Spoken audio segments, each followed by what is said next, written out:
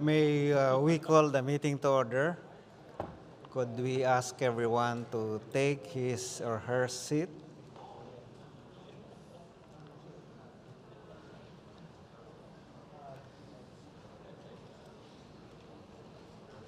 May I ask APEC NOC for the safety briefing?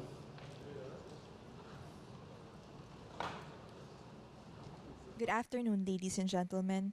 Welcome to Santa Maria 3, Radisson Blu. For your safety, there are 4 emergency exits located in this hall, 2 to the north and 2 to the south. In case of fire or earthquake, security personnel shall escort you to the assembly area located in front of the building. Do not use the elevators or escalators. Use the emergency exit stairwells to vacate the building instead.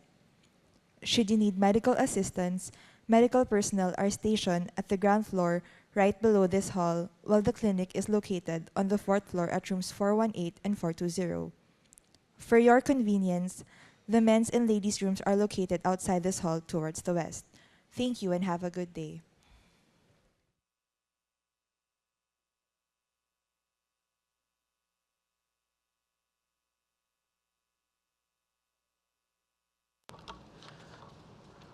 Honorable Ministers and Deputy Ministers of the 21 member economies of the Asia-Pacific Economic Cooperation, our development partners from the Organization for Education, Cooperation and Development and the World Bank,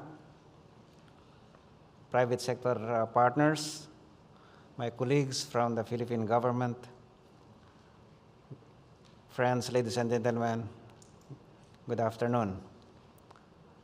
I am very pleased to welcome all of you and open this momentous occasion. It has been more than a decade since APEC economic leaders have realized the importance of structural reform in sustainable growth. In Chile, the leaders agreed on an agenda to implement structural reform. This was subsequently expanded in 2010 during the first ministerial meeting on structural reform in Australia under the APEC New Strategy on Structural Reform, or ANSWER. Since then, we have seen tremendous changes in the economic landscape within the Asia-Pacific region, especially for emerging economies like the Philippines. In this light, and in this current environment, our strategies for structural reform and its pillars are even more crucial in maintaining a development path that promotes competitiveness, inclusiveness, and resilience, and is also geared for the long term. Also, the structural reform process has been changing the way governments respond to the needs of the private sector, so that local and global markets can become more efficient, accessible, and integrated.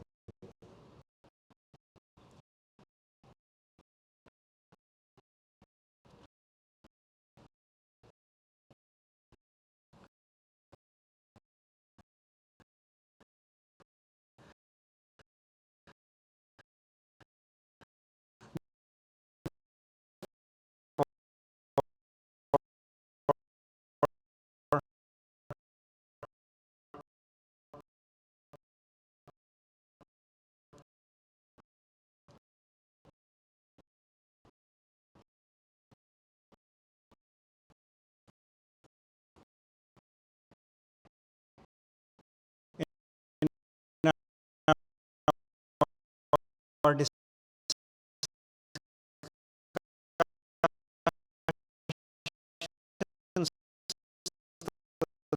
day,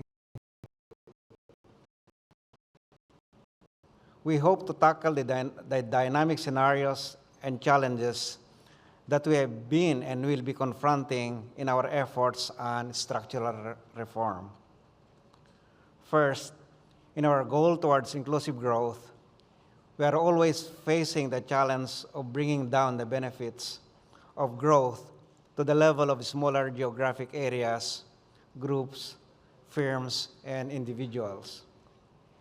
Initiatives to equalize opportunities should be strengthened to reduce gaps between sectors of our societies in terms of capability and accessibility. We need to underscore the critical role of human capital development to unleash the potential contribution of several sectors to our economies. We note that human capital development contributes to greater innovation, which improves productivity that is vital for the survival of firms. We encourage the APEC members to invest heavily in education, health, infrastructure support, and also help lagging areas in the region through increased development collaboration.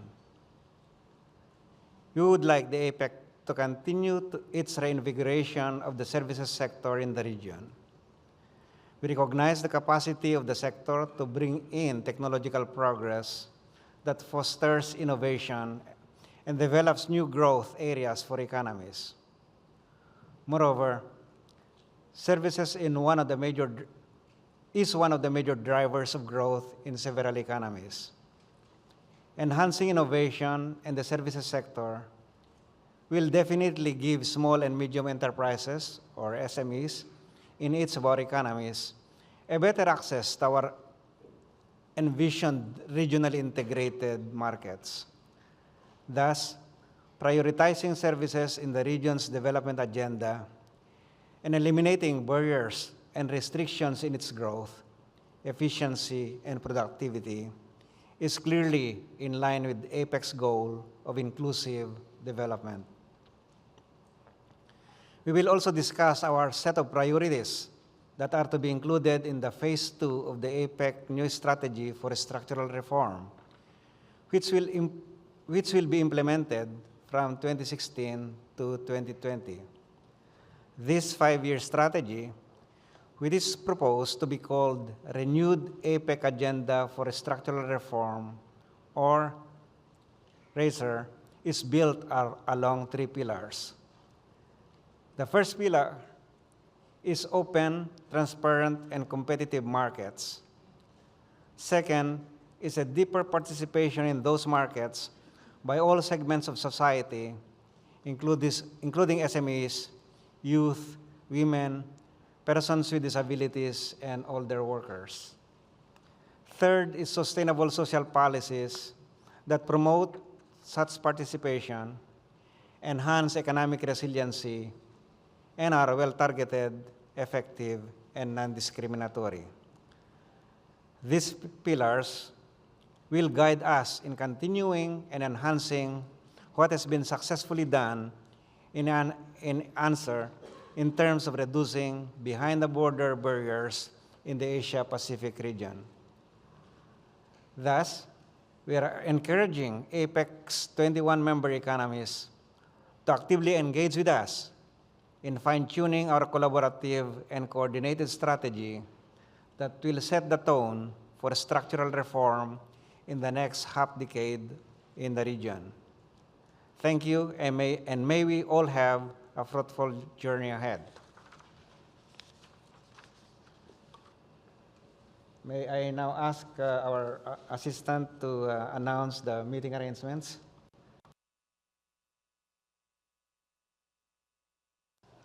Thank you, Mr. Chair. So just to give you some orientation on the queuing system, should any economy wish to comment or intervene, please just press the mic button in front of you, and please press it only once. So this request will be registered in our monitor, and it will be queued as they come. There's no need to press it again, as this will cancel your request. Then just wait to be called by the chair. And also, the host broadcaster and the APEC Secretariat are offering an on-camera interview opportunity for APEC ministers who are interested in communicating their key messages. There is a team set up in the lobby to capture your sound bites, which would take about 5 to 10 minutes. For those who are interested or would like more details, please feel free to coordinate with the APEC Secretariat. Alvaro is right here in front. And then thirdly, you were all provided with headsets. There will be 3 active channels. Channel 1 is for the English translation. Channel 3 is for the translation in Russian. And Channel 4 is for the translation in Mandarin Chinese. That's all, Mr. Chair. Thank you. We now proceed with the keynote address by Dr. Alan Bullard. Dr. Alan Bullard is the Executive Director of the APEC Secretariat based in Singapore, the body that promotes trade, investment, and sustainable economic growth in the Asia-Pacific. Prior to joining APEC, Dr. Bullard was the Governor of the Reserve Bank of New Zealand. In that position, he was responsible for the monetary policy and bank regulations, helping steer New Zealand through global financial crisis. You have the floor, Dr. Bullard. Thank you, Chair. Good afternoon, everybody. Welcome, Ministers, to the Structural Reform Ministerial meeting. I want to use a few minutes to try and help position the structural reform agenda that's here today and tomorrow in the context of the broader work that goes on around APEC. APEC, for those of you who know the organisation well, is a very broad organisation with a very wide work agenda and many initiatives. It started, of course, 25 years ago, and initially it was very much focused on at-the-border barriers, so tariffs and non-tariff measures, and it still is, and there's still some way to go. But as tariffs came down, the general feeling was that that had exposed a number of issues that were going on behind the border, and these are the structural reform issues that APEC has taken up over the last 10, 15 years with quite some focus. So I see today and tomorrow as being focused on these behind the border issues, but of course some of them still relate to our core at the border work also. The way that one could look at a lot of the structural reform work going on in APEC is that it's trying to basically ease public sector barriers to efficient operations from the one side, and secondly, to encourage the private sector to competitive outcomes from the other side. Initially, as the Chair said, this was first discussed and put up by leaders in Chile in 2004, resulting in a meeting in Australia about 2008, the first structural reform ministerial meeting. We haven't had regular meetings since then. This as a chance to catch up on those. The early programs were about things like best practice around the region, good practice guidelines, voluntary self-reviews, and some of the rather more obvious areas around structural reform in a number of the economic sectors. But gradually over the last decade, that's resolved itself into three very big programs: what we call the ANSWER structural reform program, the ease of doing business, and the good regulatory practices program. All of those have been reviewed at the minute, which is why this is very good timing for us. I won't go into those. They're core to our program over the next 2 days. You'll be discussing them. What I want to do is mention some other things that are going on which are related to those around APEC. APEC is led by leaders and then ministers' views and directions, but then nothing happens unless that is carried through senior officials, and they have three major committees. The one of most importance to structural reform work is the Economic Committee. That's the programs that you're talking about today. But in addition, they've got some other work going on around competition, competition law, corporate law, legal infrastructure. They have a number of subgroups working in those areas. In addition, we have what we call the Ecotech Committee. That's the one that has reports to it from fora, particularly focused in particular industry areas, and there you find that we've got a telecommunications group, we've got an energy group, we've got other utility and other industry groups that have got quite important regulatory aspects to them, and they report through that way. And then the biggest committee of all is our Committee on Trade and Investment, and that's where we're handling a lot of generally at border issues, so standards, market access, the impact of new e-commerce possibilities, services. We have a whole range of sub-fora. These are all technical working groups which involve the technical people involved in those coming together and working through on practical issues around them. In 2 days' time, there will be a meeting of finance ministers. I know some of you will be attending that, and they will be looking at a proposed draft Cebu action plan from Philippines government, and that also has got a number of structural reform aspects around it as well. In addition, APEC funds about 100 projects in all these areas each year, and about 50 of those are on structural reform matters as well. They're on public investment projects, regulatory impact assessments, regulation quality, methods of public consultation around regulation, anti-competitive practices, price liberalisation. They're all projects that we've got coming through this year. The Policy Support Unit is represented here by Director Dr. Dennis Hugh, is also working in this area. Just pulling out a few of the things that have come out of work they've done this year to illustrate the whole range of issues that are coming up. We've had studies that have come to conclusions around Korean airfares, Chilean rail prices, Thai freight rates, US retail organisation and competition, Vietnamese and Papua New Guinea phone penetration. You can see it goes very wide, both around the whole region and indeed sector by sector. In addition, this year, the Economic Committee has carried out its APEC Economic Policy Report on innovation, and that has a lot of implications for structural reform also. The background we're doing this in, of course, is one that you're very aware of, which is that this APEC region has seen huge growth over the last 2 decades, led by trade growth. But over the last couple of years, trade growth has slowed down very considerably. And that's led to people around the APEC tables questioning where growth should be coming from and will be coming from over the next decade or so. Last year, China hosted APEC, and China, although they didn't put in these words, these are my words, they saw new growth drivers as an important theme for APEC through that year. And at that stage, we picked up on a lot of what we might think of as second-generation issues, the big growth and big potential of services and trade, big growth of the internet economy, the massive growth of supply chains, electronic commerce, connecting up all these areas and infrastructures around the region, and quite a big focus on the emerging middle income classes and what that means for changing economies and what it also means for household consumption and domestic demand as a potential driver as well. We've found regulatory issues right through all of these matters. Well, as you know, this year it's Philippines hosting, and Philippines' major overarching theme is the inclusive economy.